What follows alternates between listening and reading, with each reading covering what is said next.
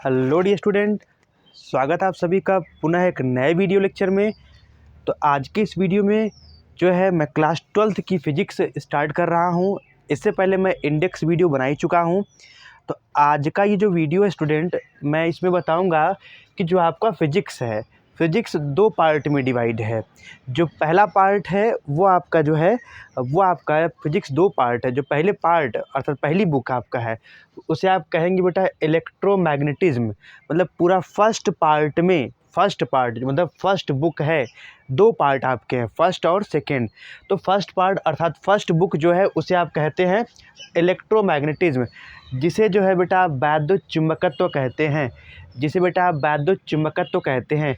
इसकी दो ब्रांच है, दो ब्रांच है। फर्स्ट पार्ट की मैं बात कर रहा हूँ स्टूडेंट, सेकंड पार्ट की नहीं। यानी कि मैं सेकंड पार्ट, सेकंड फिजिक्स की मैं बात नहीं कर रहा हूँ, फर्स्ट फिजिक्स की मैं बात कर रहा हूँ।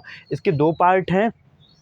तो बेटा पहले पार्ट का नाम, बेटा पहले पार्ट का नाम यहाँ पे ध्यान से देखिएगा, वो आपका है बेटा इलेक्ट्रोस्टैटिक्स, और दूसरे पार्ट का नाम बेटा आपका है इलेक्ट्रोडायनेमिक्स।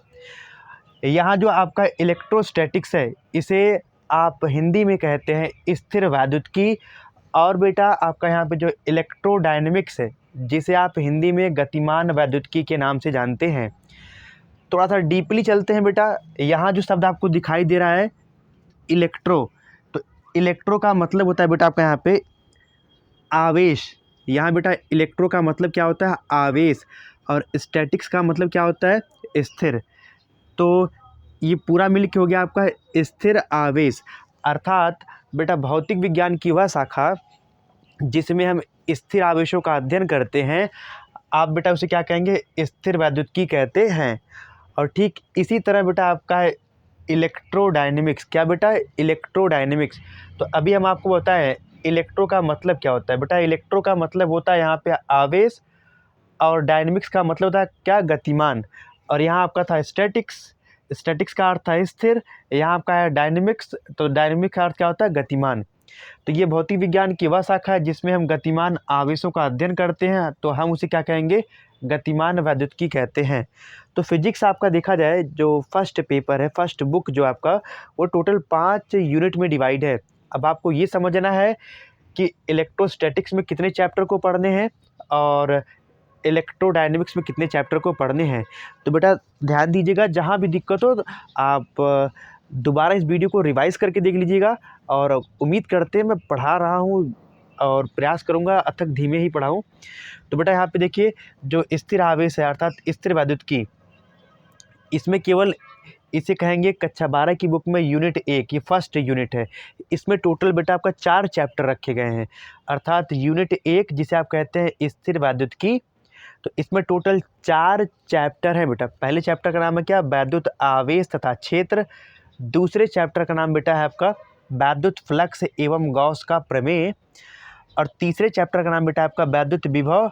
और वही चौथे चैप्टर का नाम बेटा आपका है संधारित्र तथा धारिता। तो ये 4 चैप्टर आपको पढ़ने हैं बेटा यूनिट 1 स्थिर वैद्युतिकी में। अर्थात इन सभी अध्याय में हम रुके हुए आवेशों का क्या करते हैं? अध्ययन करेंगे। अब बेटा आपका आते हैं जो आपका आगे की ब्रांच है, आगे की ब्रांच है इलेक्ट्रोडायनेमिक्स। जो बेटा आपके आगे की ब्रांच है इलेक्ट्रोडायनेमिक्स, जिसे आप कहते हैं गतिमान वैद्युतिकी। अब इसमें टोटल 1 2 3 4 यूनिट हैं। तो यहाँ फर्स्ट यूनिट में आप इतना पढ़ेंगे 4 अध्याय को। सेकंड यूनिट आपका है जिसे आप कहते हैं वैद्युत धारा। और वैद्युत धारा जो है दो, इसके दो भाग बांटे गए हैं। अर्थात वैद्युत धारा को दो भागों में बांटा गया है, जिसमें आप पढ़ेंगे वैद्युत चालन तथा ओम का नियम। ये आपका अध्याय 5 हो जाएगा। और यूनिट कौन सी होगी? दूसरी। दूसरी यूनिट जो है ये दो भाग में डिवाइड है। आपका यहाँ पे देखिए वैद्युत धारा है तो दो भाग में डिवाइड है, वैद्युत चालन तथा ओम का नियम। और 6वें चैप्टर का नाम बेटा आपका है किरचॉफ का नियम तथा वैद्युत परिपथ। सबसे बड़ा आपका यूनिट है जो है इलेक्ट्रोडायनेमिक्स का, वो है यूनिट नंबर 3। इसी में काफ़ी ज़्यादा समय लगता है बेटा। यह आपका है वैद्युत धारा का चुंबकीय प्रभाव तथा चुंबकत्व। और इसमें टोटल इस 3rd यूनिट में जिस तरीके से आपने 4 चैप्टर यहाँ कवर करना है, ठीक उसी तरह आपको भी यहाँ पे 4 चैप्टर कवर करने हैं। किस यूनिट में बेटा? यूनिट नंबर 3rd में, तो जिसका नाम है वैद्युत धारा का चुंबकीय प्रभाव तथा चुंबकत्व, जिसमें आप 7वें चैप्टर का नाम है, यहाँ पर पढ़ेंगे आप वैद्युत धारा का चुंबकीय प्रभाव। 8वां चैप्टर बेटा आपका है गतिमान आवेश तथा चुंबकीय क्षेत्र। 9वां चैप्टर बेटा आपका चुंबकीय द्विध्रुव। 10वां चैप्टर बेटा आपका है पृथ्वी का चुंबकत्व तथा चुंबकीय पदार्थ। ये आपके हैं यूनिट 3 में टोटल 4 चैप्टर बेटा। यूनिट 3 का नाम क्या है बेटा आपका? वैद्युत धारा का चुंबकीय प्रभाव तथा चुंबकीय तथा चुंबकत्व। और यूनिट 4 आपका जो है इसका नाम है बेटा आपका वैद्युत चुंबकीय प्रेरण तथा प्रत्यावर्ती धारा, जिसमें आप 2 चैप्टर पढ़ेंगे। 11 चैप्टर आपका है वैद्युत चुंबकीय प्रेरण, 12वां आप पढ़ेंगे प्रत्यावर्ती धारा। तो अर्थात यूनिट 4 में आप टोटल 2 चैप्टर पढ़ेंगे। लास्ट आपकी यूनिट है यूनिट नंबर 5, सबसे छोटी सी यूनिट है, जिसमें आप पढ़ेंगे वैद्युत चुंबकीय तरंग। तो ये टोटल आपके बेटा फर्स्ट बुक, ये सेकंड बुक की मैं बात नहीं कर रहा हूँ स्टूडेंट, ये फर्स्ट बुक की है। फर्स्ट बुक में आप इलेक्ट्रोमैग्नेटिज्म की जितनी भी ब्रांचेज हैं वो पढ़ते हैं। इसे 2 भाग में डिवाइड किया गया, इलेक्ट्रोस्टैटिक्स और इलेक्ट्रोडायनेमिक्स। इलेक्ट्रोस्टैटिक्स को हिंदी में स्थिर वैद्युतिकी कहते हैं बेटा, और जो आपका इलेक्ट्रोडायनेमिक्स है आप इसको आप गतिमान वैद्युतिकी कहते हैं बेटा। इसमें आप रुके हुए आवेशों का अध्ययन करते हैं और बेटा वहीं पे आप यहाँ पे गतिमान आवेशों का अध्ययन करेंगे। तो टोटल इलेक्ट्रोस्टैटिक्स में केवल एक ही यूनिट है, क्योंकि इसमें हम रुके हुए आवेशों का अध्ययन करेंगे बेटा।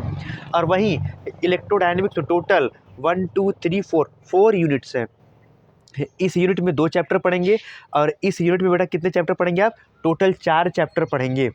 और इस यूनिट में बेटा केवल आप 2 ही चैप्टर पढ़ेंगे 11 और 12, और इस यूनिट में केवल एक ही चैप्टर पढ़ेंगे। तो आई होप स्टूडेंट, मैं उम्मीद करता हूँ कि ये इंट्रो वीडियो आप सभी को समझ में आ गया होगा। अगर अब शुरुआत होगी तो सबसे पहले आप शुरू करेंगे कि वैद्युत आवेश क्या है और आवेश कितने प्रकार के होते हैं, इसका विमीय सूत्र, और जो है आवेश के प्रमुख गुण।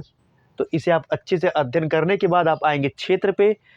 तो डियर स्टूडेंट, आपसे यही उम्मीद करते हैं कि आप सभी को मेरा ये वीडियो लेक्चर पसंद आया होगा, और ऐसे ही ढेर सारी वीडियो पाने के लिए आप हमारे यूट्यूब चैनल अनुज सर को लाइक, सब्सक्राइब और शेयर कीजिए।